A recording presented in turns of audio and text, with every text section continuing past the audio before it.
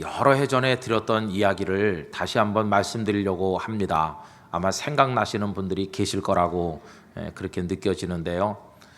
화상을 입으셔서 얼굴이 심하게 일그러지고 손이 다 이렇게 손가락이 달라붙다시피 한 아버지가 있었다고 합니다. 아들과 딸이 있었지만 아버지의 모습이 너무 흉측하기 때문에 데리고 키울 수가 없어서 이 어린 아이들을 고아원에 맡기게 됐다고 합니다. 너무 어린 이 꼬마들은 그런 사정도 모르는 채 아버지가 자신들을 버렸다고 생각하면서 아버지에 대한 증오심이 점점 자라났습니다. 그렇게 세월이 많이 흐르던 어느 날 이 아이들이 제법 성장했을 때 아버지를 만나게 된다는 소식이 전해졌습니다. 거부감이 강하게 들기는 했지만 그래도 자기들의 아버지라고 하니까 어떻게 생겼는지 얼굴이나 한번 보자. 이래서 아버지를 만나는데 그 아버지의 모습을 보고는 너무 충격받았습니다.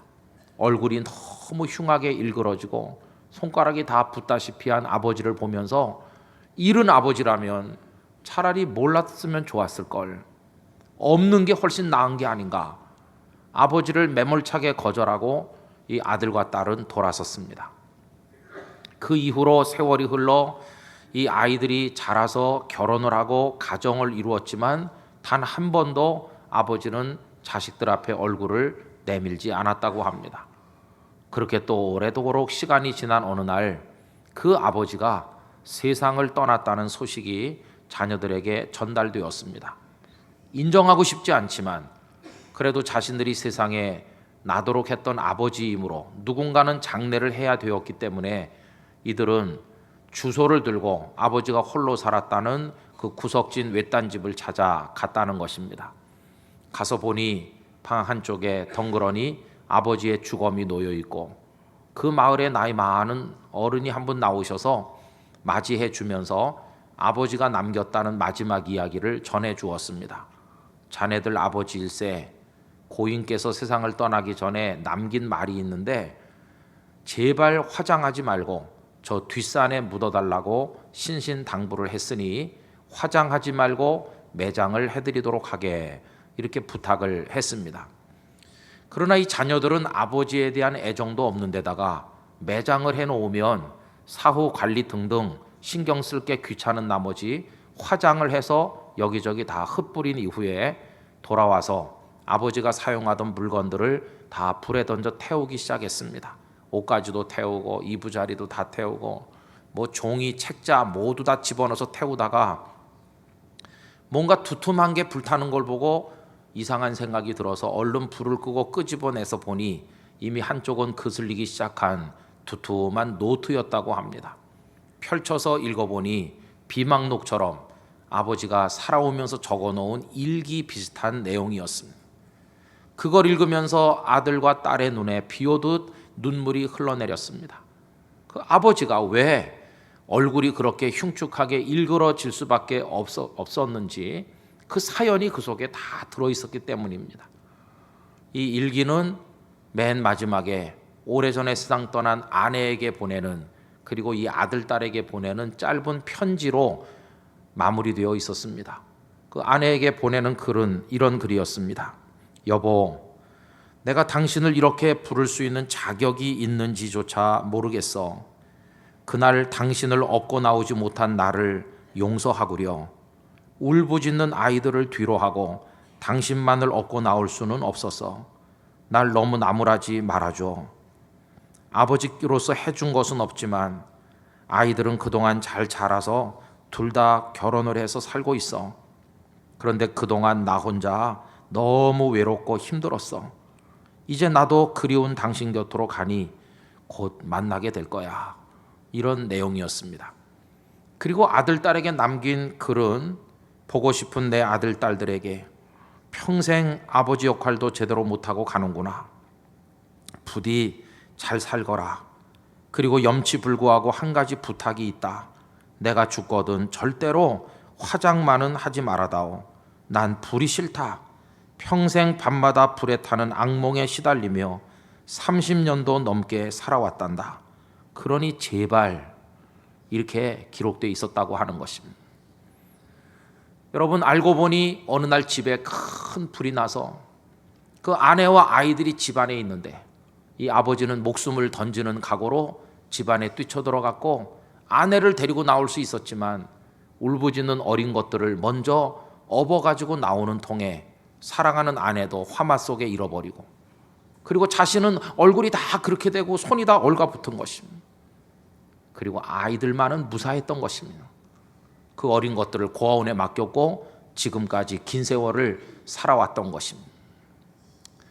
그러나 이제 그 사정을 알았지만 너무 늦어버렸습니다. 제발 화장만은 하지 말아달라고 남겼는데 아버지 시신은 다 화장해서 없애버리고. 여러분, 이 세상에서 참 마음 아픈 건 많지만 그 중에 빼놓을 수 없는 아픔은 이 마음과 마음이 만나지를 못하고 엇갈리는 것이라고 생각합니다. 나는 그 사람을 참 사랑으로 대하는데 그 사람의 마음은 엇갈리는 것입니다.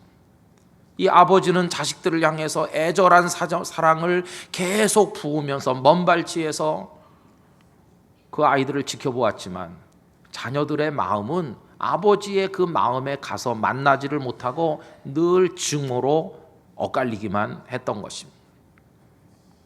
우리 살면서 그런 아픔을 느낄 때가 종종 있지 않습니까? 저는 오늘 우리가 읽은 이 세 절의 말씀을 읽으면서 예수님의 마음이 그와 같았으리라는 생각을 해보게 되었습니다. 여러분, 예수님께서는 제자들을 부르신 이후로 끔찍한 사랑으로 그들을 사랑하셨습니다. 예수님의 사랑이 곳곳에 많이 나타나 있지만 잘 보여주는 성경 구절을 하나 든다면 요한복음 13장 1절을 들 수 있다고 생각합니다. 우리 화면을 보면서 그 말씀을 다 같이 읽어보도록 하겠습니다. 6월절 전에 예수께서 자기가 세상을 떠나 아버지께로 돌아가실 때가 이른 줄 아시고 세상에 있는 자기 사람들을 사랑하시되 끝까지 사랑하시니라. 아멘. 여러분, 끝까지 사랑하시니라 이렇게 읽으면 아무 감동이 없고요, 끝까지 이렇게 읽으셔야 돼요. 뭐 좀 느껴지셨어요? 끝까지 사랑하셨다는, 끝까지. 예수님께서 제자들을 끝까지 사랑하셨다는 걸 읽으면서 저와 여러분을 향한 주님의 사랑이 느껴져야 되는 것입니다. 얼마나 우리를 사랑하시는지. 오늘 읽은 본문에 그 사랑의 이야기가 흐르고 있습니다. 그냥 예수님이 뭐 갈릴리 사이로 지나가신다, 단순히 그런 얘기가 아니고 오늘 말씀의 저 밑바닥에는 제자들을 향한 예수님의 사랑이 절절히 흐르고 있는 것입니다. 오늘 말씀이 어떻게 시작됐습니까? 30절, 그곳을 떠나 갈릴리 가운데로 지날새 예수께서 아무에게도 알리고자 아니하시니. 여러분, 갈릴리는 예수님의 활동 중심입니다. 수많은 사람들이 예수님이 지나가실 때마다 밀려나와서 자신들의 필요한 것을 요청하였고 예수님은 그들을 환대하시지 않았습니까? 그런데 오늘 아무에게도 알리지 않으신다는 이 모습은 평소 예수님답지 않은 모습이죠. 오히려 예수님은 사람들을 영접했을 뿐만 아니라 당신께서 일부러 이 마을 저 마을로 찾아다니기도 하시지 않으셨습니까? 그런 예수님이 이상하게 오늘 여기서는 아무에게도 노출되지 않으시려고 은밀하게 그 길을 걷고 계시다 하는 것입니다. 여러분, 왜 이렇게 하시는 것일까요? 그 이유는 제자들을 사랑하시기 때문이었습니다. 예수님께서는 이제 머지않아 제자들과 헤어질 날이 다가온다는 사실을 알고 계셨습니다. 이제 곧 예루살렘에 가서 십자가를 지시고 제자들 곁을 떠날 것입니다. 그러므로 이 얼마 남지 않는 그 시간만이라도 다른 방해를 받지 아니하고 제자들에게 고스란히 쏟아부으시기를 원하셨습니다. 그들에게 집중적인 가르침을 주시고 그들을 최후까지 사랑하시기 위해서 아무에게도 노출되기를 원하지 않으신 것입니다. 여러분, 그 내용이 31절에 나옵니다. 다 같이 다시 한번 읽어보실까요? 이는 제자들을 가르치시며 또 인자가 사람들의 손에 넘겨져 죽임을 당하고 죽은 지 3일 만에 살아나리라는 것을 말씀하셨기 때문이더라. 너희들 내 제자가 돼서 그동안 수고 많았지. 날 따라다닌다고 애썼다. 그동안 너무 많은 사람들 만나느라고 우리 끼리 보내는 시간이 너무 적었던 것 같은데 이제 얼마 남지 않은 이 시간 내가 다 너희들에게만 붙고 내 마음에 있는 하고 싶은 얘기를 다 하고 우리 소중한 시간을 가져보자 이렇게 하시는 겁니다. 그러므로 오늘 이 말씀 속에 제자들을 향한 애틋하고도 간절한 예수님의 사랑이 흐르고 있다는 사실을 우리가 깨달을 수 있다고 하는 것입니다. 자, 그럼 여러분 이 소중한 시간을 통해서 예수님께서 제자들에게 말씀하시는 가르침의 내용은 도대체 뭐였습니까? 방금 전에 31절에 본 것처럼 그 내용은 예수님께서 사람들의 손에 넘겨지셔서 죽으실 것, 십자가에 죽으실 것과 3일 만에 부활하실 것, 바로 이거였습니다. 누구나 맨 마지막에는 가장 중요한 것을 이야기하게 되어 있다고 하는 것에 비추어 생각해 볼 때 주님께서 주셨던 많은 가르침이 있었지만 이 십자가의 죽음과 부활이야말로 그 모든 것 중에서 가장 핵심적인 가르침이라는 사실을 우리가 깨닫게 되질 않습니까? 그걸 말씀하셨어요. 여러분, 자 그러면 이제 예수님이 그렇게 그들을 사랑하시고 그래서 시간을 그들에게 쏟아부으시고 십자가와 부활의 이야기를 지금 말씀을 하신다면 정작 그 사랑을 받는 제자들은 어떠했을까요?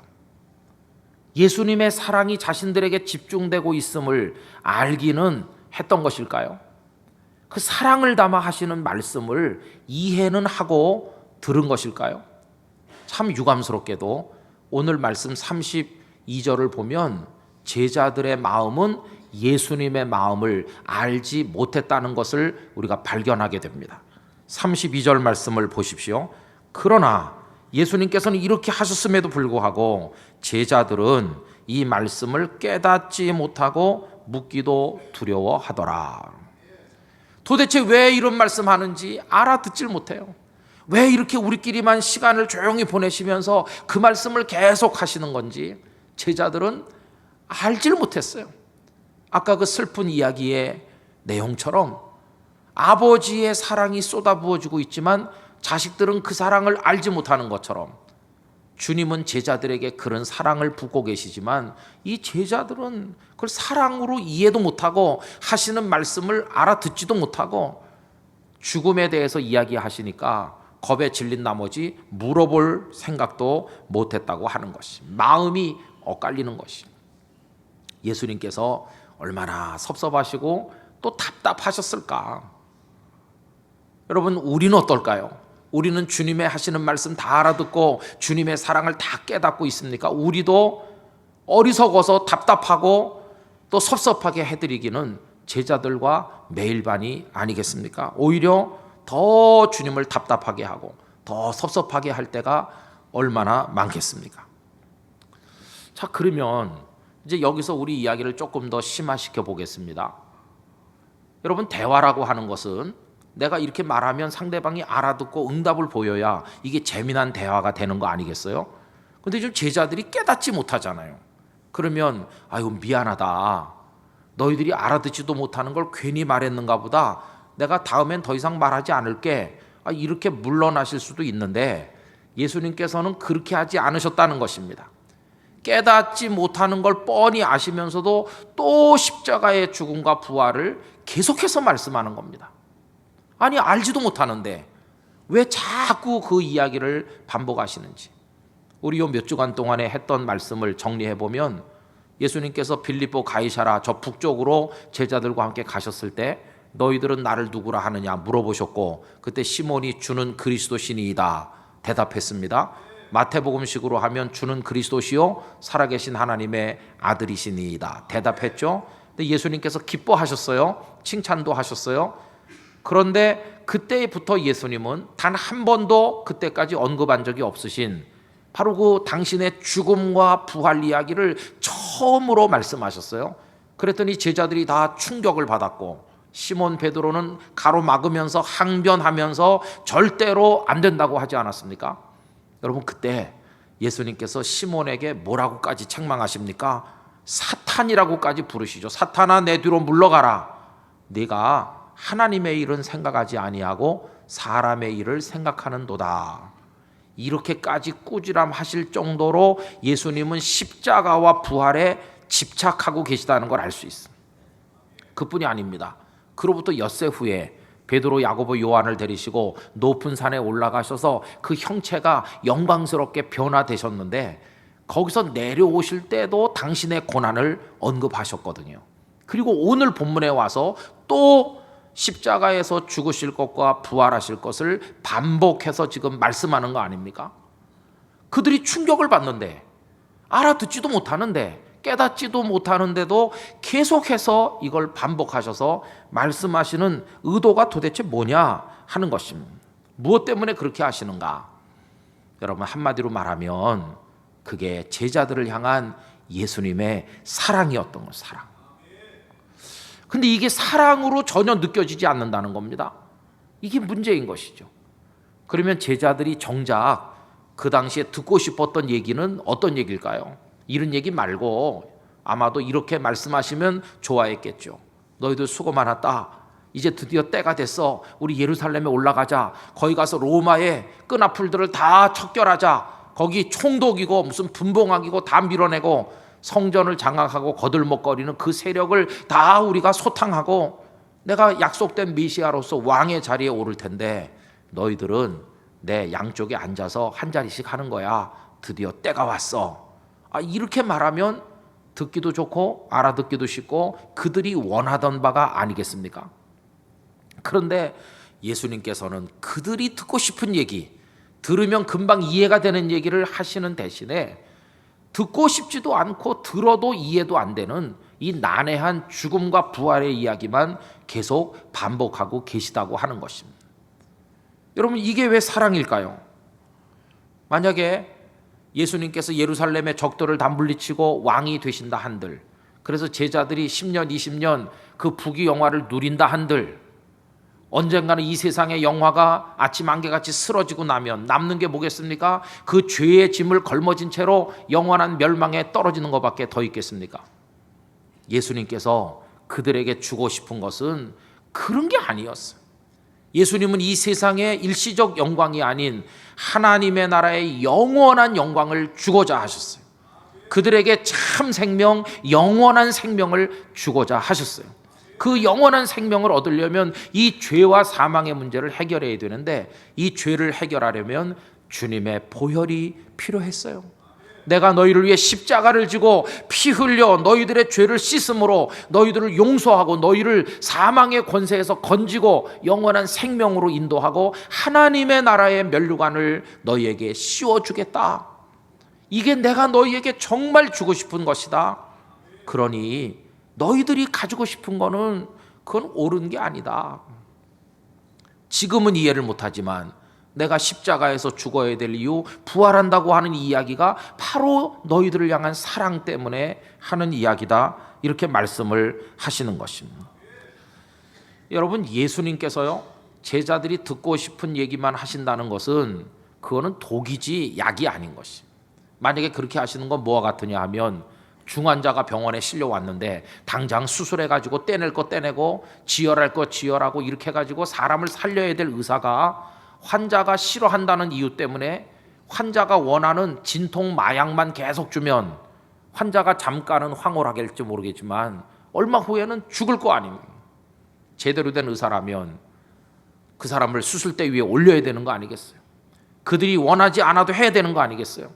예수님은 제자들을 사랑하시기 때문에 그들이 원하는 것 대신 십자가와 부활을 통한 영원한 생명과 하나님의 나라를 그들에게 주기를 원하셨다고 하는 것입니다.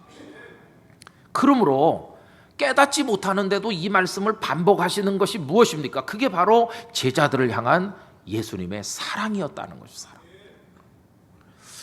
여러분, 또 예수님께서 깨닫지 못하는 제자들에게 계속 말씀하시는 아주 중요한 이유가 하나 더 있습니다. 그건 뭐냐 하면 지금은 깨닫지 못하지만 나중에는 이들의 어리석음의 장막이 걷히게 되면 다 알게 될 날이 올 것임을 예수님은 알고 계신 것입니다. 지금은 어린아이와 같지만 이제 그들이 성숙해 어른처럼 장성하게 될 때가 온다는 거. 지금은 청동 거울로 바라보는 것처럼 희미하지만 나중에는 얼굴과 얼굴을 마주 대하고 보는 것처럼 명확하게 알게 될 날이 올 것을 예수님은 아셨던 것이. 여러분, 나중에 어떻게 됐습니까?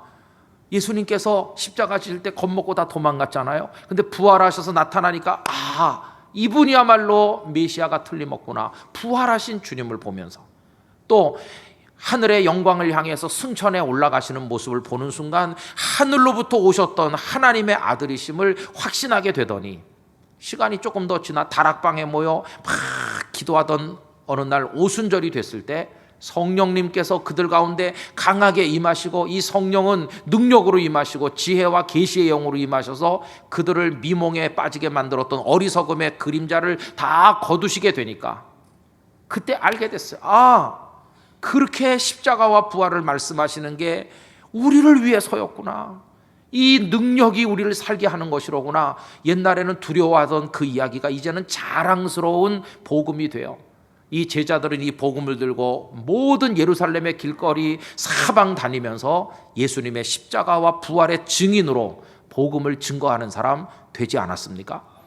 여러분, 예수님께서는 그들이 어린아이 단계를 벗어나 점점 성숙해 갈 걸 아셨기 때문에 깨닫지 못하지만 깨달을 그날을 내다보면서 반복적으로 십자가와 부활의 이야기를 말씀하신 것이었습니다.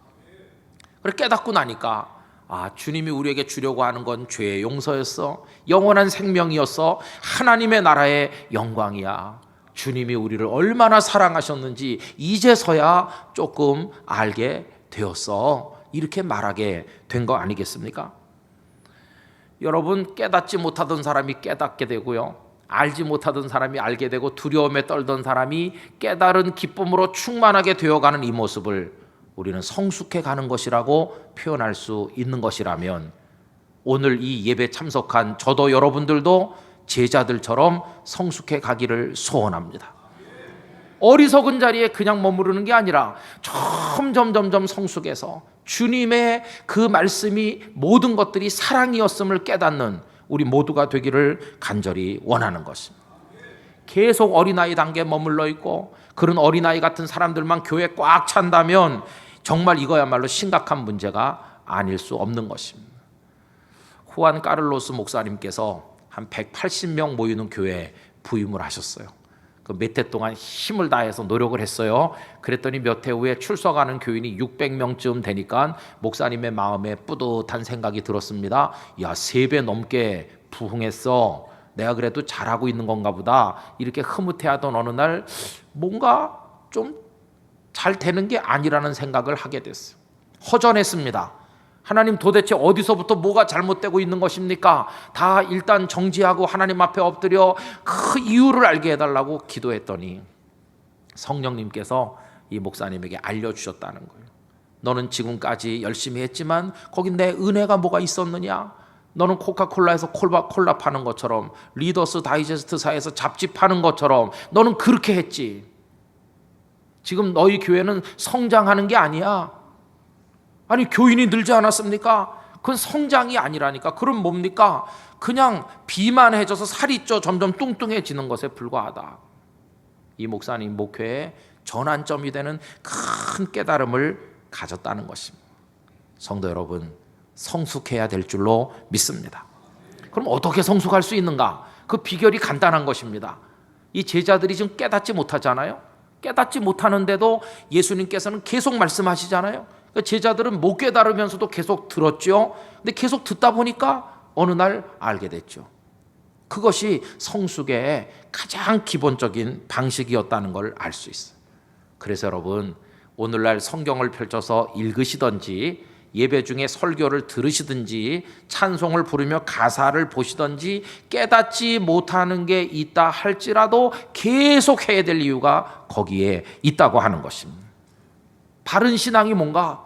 바른 신앙은 내가 다 아는 거, 내가 듣고 싶은 얘기 그런 것만 모아서 바른 신앙이 되는 게 아니라 깨닫지 못하지만, 그리고 내가 원하는 게 아니지만 주께서 주시는 그것을 받을 때 바른 신앙이 만들어지는 것입니다.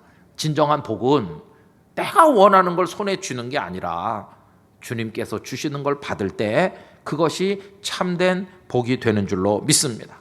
그래서요, 주님께서 내가 원하는 얘기가 아닌 다른 얘기를 말씀하시고 난 듣기도 싫고 깨닫지도 못해도 아멘 하면서 받으실 수 있어야 되는 것이죠. 내 인생을 왜 이렇게 인도해 가시면서 내가 듣고 싶지 않은 꾸지람 같은 말씀만 계속 하시는가? 그래도 아멘 할 수 있을 때 우린 궁극적으로 성숙한 그리스도인이 될 수가 있을 것입니다. 우리를 대하는 하나님의 손길은 너무나 차원이 우리와는 달라서 이해가 안 될 때가 많은 것입니다. 유명한 스펄전 목사님과 관련된 이야기가 있죠. 어느 날 농촌 지역을 지나가시는데 막 거창한 프로펠러 같은 게 이렇게 막 바람개비 같은 게 빙글빙글 도는 거예요.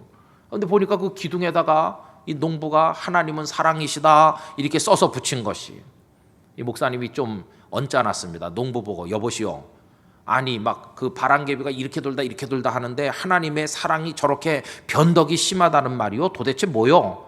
왜 저렇게 써놨어? 이렇게 하니까 그 농부가 하는 말이 그게 아닙니다. 그게 아니고요, 바람이 어느 방향에서 불던지 다 하나님의 사랑이라는 고백입니다. 여러분, 우리는 때때로 동풍이 불어줬으면 하지만 서풍 불 때도 있고, 서풍 불어줬으면 하는 어느 날 동풍 불 때도 있지만, 그것 역시 내가 깨닫지 못하는 바람이 불어도 그것이 사랑인 줄을 우리가 알아야만 한다는 것이.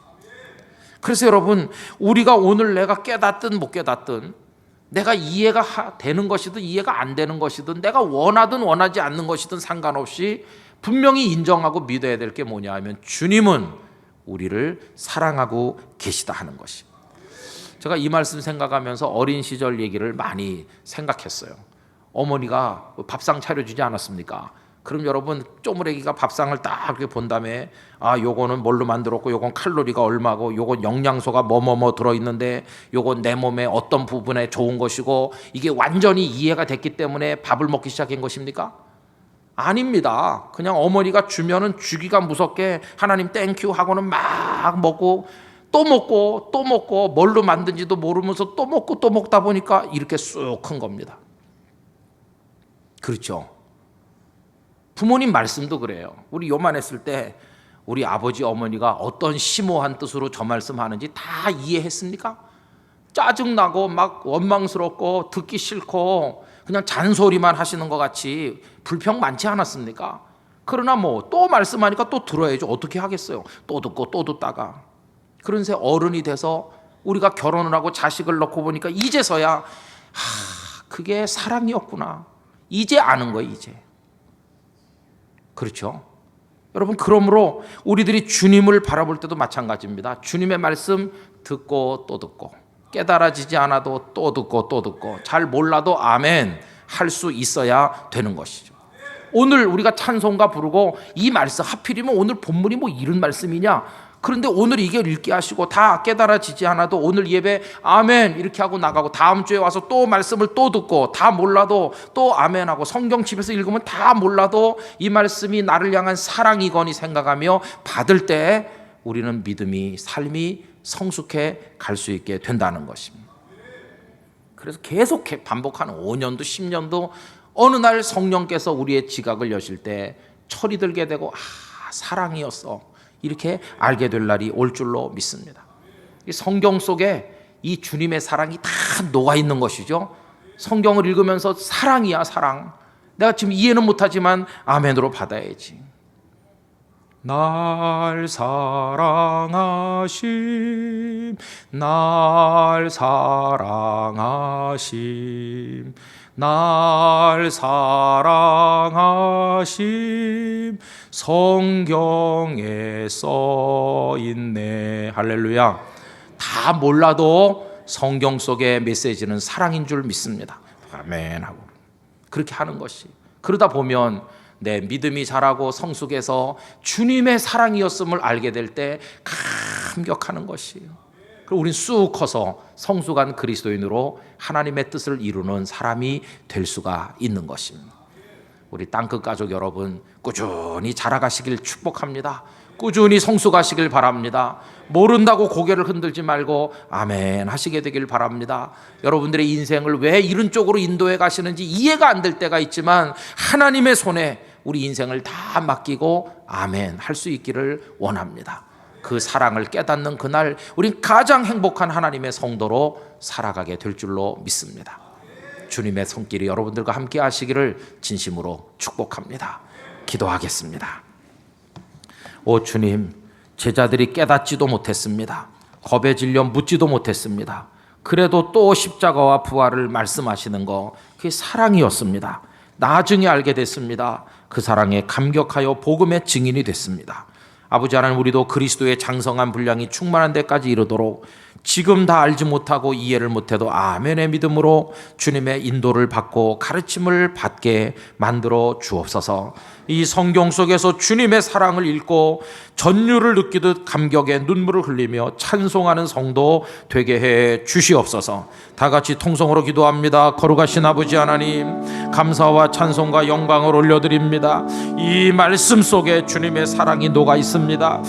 깨닫지 못하고 이해하지 못해도 그게 사랑이라는 것을 알게 될 날이 올 줄로 믿습니다. 주님은 눈앞에 있는 것을 주고자 하신 게 아니라 참되고 영원한 것을 그들에게 주기를 원하셨습니다. 그때는 몰랐지만 그것이 주님의 사랑이었습니다. 오 말씀에 대하여 주님의 인도하심에 대하여 아멘 할 수 있는 믿음을 저희들에게 주시기로 나오며 주께서 어떻게 우리에게 말씀하시든 따를 수 있는 사람 되게 하여 주시옵소서.